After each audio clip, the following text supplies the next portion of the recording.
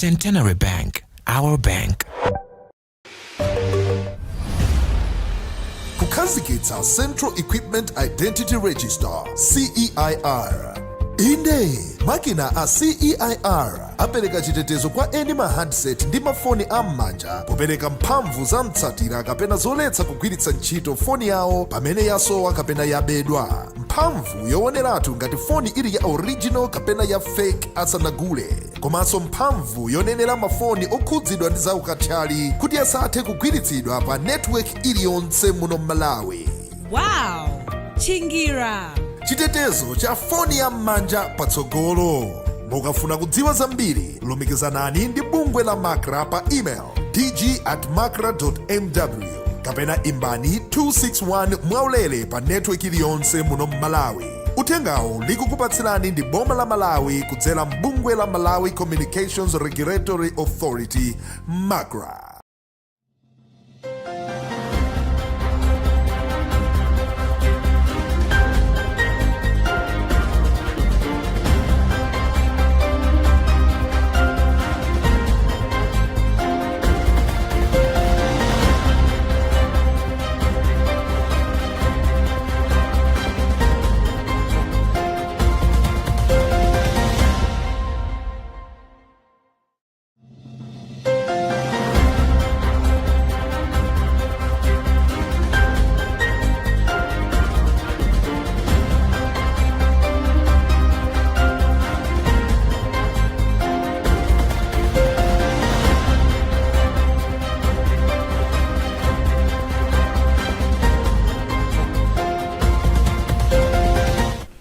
Watching Luntha TV, and it's time for our 7:30 news bulletin. My name is Tandi Wenzamara. Let's have a look at our top stories. Pope Francis underscores the irreplaceable value of food and water for all living beings. 1.5 million farmers to benefit from AIP in the upcoming farming season. Malawi Communications Regulatory Authority (Makra) moves to create legal framework to address issues of cybercrime. And in other news, Ghana Navy rescues over 8,000 as dams overflow.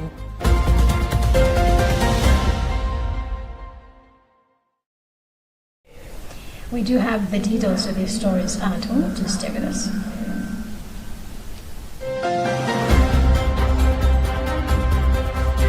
Pope Francis underscores the irreplaceable value of food and water for all living beings. 1.5 million farmers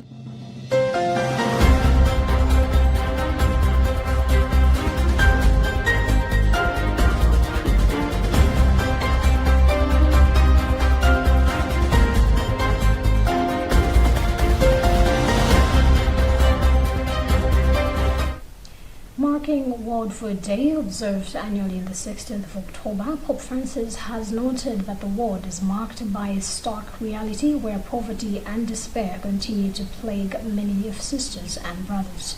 Addressing a message to the Director General of the Food and Agriculture Organization of the United Nations, FAO, in which he underscored the importance of the 2023 theme, Leave No One Behind, the Holy Father emphasized that their cries of anguish and desperation should awaken us from various indifference and prompt us to examine our cultures. We have more details in this Vatican News report read by Jacqueline Saidi. The Pope highlighted how prevailing conditions of hunger and malnutrition affecting countless people are the result of unjust accumulation of inequalities and injustices, leaving many on the margins. This inequality, according to the Pope, extends beyond just food, reaching all basic resources, making their inaccessibility for many a direct affront to the dignity instilled in them by God. Reflecting on the theme of this year's World Food Day, what is life, what is food, leave no one behind, Pope Francis noted that we are faced with the grave urgency of planning and implementing water management wisely, carefully, and sustainably, ensuring that everyone can access this vital resource to meet their essential needs while sustaining and promoting proper human development without leaving anyone behind. He then said effective programs are necessary to prevent losses in agricultural irrigation conduits, and as such, we must use pesticides and organic and inorganic fertilizers that do not contaminate water and support measures that safeguard the availability of water resources to prevent acute scarcity from becoming a cause of conflict between communities, peoples, and nations. The Pope has since called on international organizations, governments, and civil society to come together and generate ideas to make water a common heritage, distribute it more equitably, and manage it sustainably and rationally. He concluded by expressing hope that the World Food Day 2023 reminds us to act as a global community in solidarity and prioritize the lives of all over the appropriation of goods by few. St. Louis Montfort Parish Youth Group on Monday celebrated mothers at Balaga District Hospital Maternity Ward with gifts to women who give birth to children in line with Mother's Day celebration. The initiative was commended by their patron, Father Innocent Monoga, who described it as part of the many ways of evangelization in the church, calling on other youths to imitate their friends, as there are a lot of people who need a hand in their day-to-day lives. Rashida Matandika has more of the details. Socially as busy as the youth are, their thoughts towards other people's needs is impressive, and a sign that they care a lot about others, with their initiative being a sign of respect to mothers, even those that are strangers. Chairperson of the youth group, Andrew Ngomano, said being members of different families, they appreciate the role that mothers play, and that's why they decided to honor and cheer up the mothers at the hospital's maternity wing. Being here, we just want to express our gratitude to the love that our parents have had since our childhood. Patron of the youth group at Balaka Parish, Father Innocent Mwanoka, said the youth are just fulfilling the gospel, as everyone is called to reach out and touch the needy. He has also encouraged them not to end their support on the Mother's Day, but reach out to the poor as well, because there are a lot of people who need such support. He has since cautioned mothers that have been blessed with children this season to protect them, as the world is getting darker every day. Now that they are here, we offer them a message of hope, a message of joy that comes from the Lord, and that after they have delivered and have gone home, they become responsible mothers, taking care of the children that they have born and raise them in a spirit that they will be good to the society as well as good before God.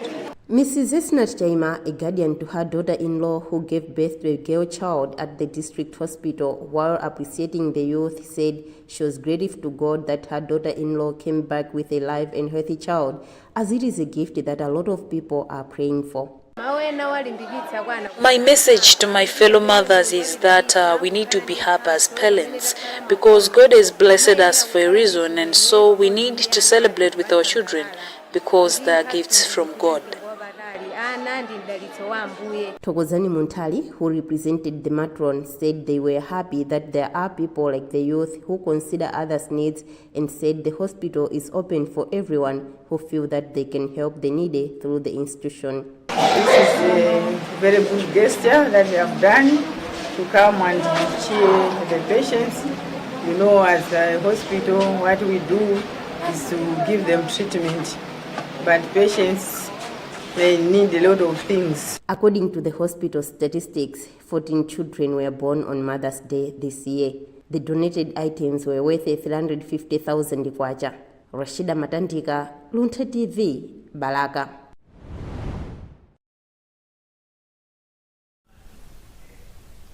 Minister of Agriculture Sam Kalani says 1.5 million farmers are expected to benefit from the Affordable Inputs Program AIB, while others will be supported by other programs like cash transfer and AgCom.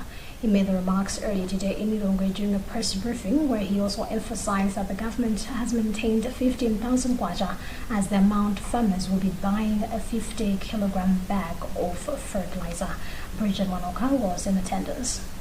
Kawale started by assuring Malawians that the smallholder Farmers Fertilizer Revolving Fund of Malawi has fertilizer which is readily available. He said SFFRFM will sell fertilizers to beneficiaries using their own shops, ADMAC markets that are in usable form, and community structures that will be offered for use. The minister further said 378 hub shops have been identified and will act as hub or nucleus markets to mobile van sales within the constituency. According to the minister, government has already distributed fertilizer in Dowa, Nkhotakota, Kasungu, Dedza, Chitipa, Kalonga and Mangochi, among other districts. A few months ago, and 44 billion which was funded last week Friday, which is going to cover the payments for the fertilizer so that we can have all 149,000 metric tons. Once we have the fertilizer, it's going to be delivered to the rest of the country. The government will also support about 435,000 farming households under Climate Smart Public Works with financial support from the World Bank, and 291,000 farming households will be given cash under Social Cash Transfer Program (SCTP), while the commercial-oriented household will be supported under Agricom programs and mega farms. The state president, Dr. Lazarus Jagwera, is expected to officially launch the 2023-2024 Affordable Input Program AIP on Friday, the 20th of October in Kasungu district. Bridget Mwanoka, Luntha News. The Center for Democracy and Economic Development Initiative, CIDID, has said it stands together with concerned Malawians in opposing the closure and selling of the Agriculture Development Marketing Corporation, ADMARC. Speaking earlier today during a press briefing in Norway, CIDID Executive Director Sylvester Namiwa said it is sad that while other Malawians are eating wild tubers due to hunger and shortage of maize, government is creating the impression that it will import maize from Zambia and Mozambique. Jacqueline Saidi has more of the details. According to Namiwa, the already tenuous supply of maize in ADMAC selling points and the growing maize prices have made the staple food a preserve of those to whom money is not a problem, a situation that is forcing the majority poor to risk their lives by eating anything, including wild tubers and bitter maize husks, for survival, which is dehumanizing considering that everyone has the right to food.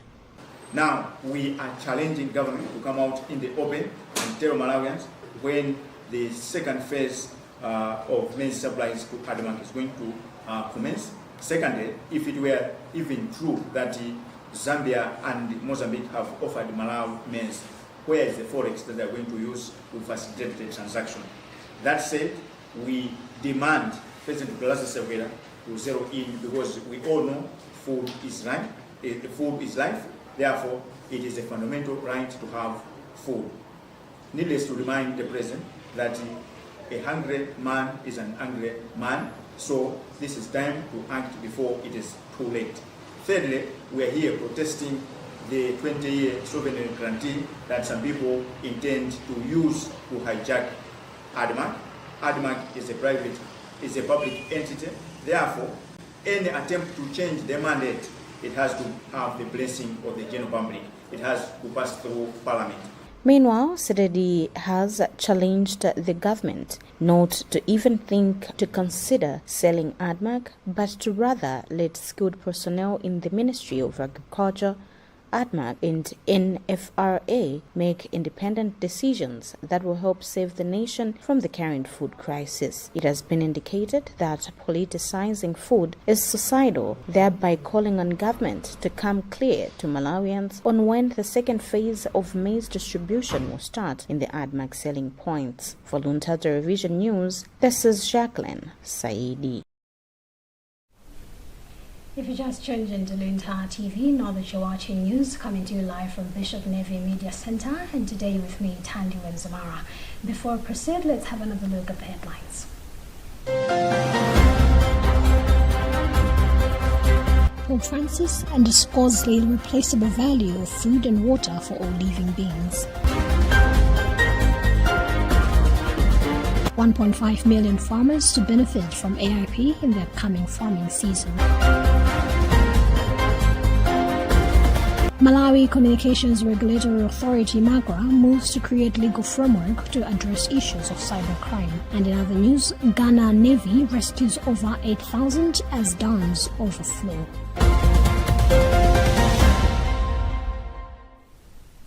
The Malawi Communications Regulatory Authority (MACRA) says it has initiated the review of the Electronic Transactions and Cybersecurity Act, which is the fountain of cybersecurity laws in Malawi. Speaking during the Malawi and Budapest Convention workshop on the legislative reform on cybercrime and electronic evidence early today in Norway, MACRA Deputy Director of Legal responsible for Consumer Affairs, Kelly Mlenga, said the country is intending to break Cyber Security Act into pieces, of which one of the pieces would be a standalone Electronic Evidence and Cybercrimes Act, and they will fuse in the principles that are initiated in the Budapest Convention. He said Malawi is not a member of Budapest Convention, but the moment the country will align its laws with the Budapest Convention, will join a community of countries that work together in the fight against cybercrimes. Charity Chilanga was there. In his remarks, Mlenga said MACRA organized the workshop with the Council of Europe to help do the capacity building and help in the harmonization of the laws of the country with the international standards that are followed in the world of cybercrimes and electronic evidence. He said the workshop was meant to empower the participants who form a wide range of policymakers, law enforcement authorities, regulators, as well as licensees which MACRA regulates. Mlenga said the moment the participants are equipped with the knowledge and the skills under the Budapest Convention will help them understand their roles. Unlike the physical crime, a cybercrime knows no boundary. You can commit a cybercrime while you're in US but affecting Malawians. Because of this, it calls for mutual legal assistance. Now, this mutual legal assistance can only come in if we are part and parcel of the community that has agreed to offer each other the mutual legal assistance in dealing with cybercrimes.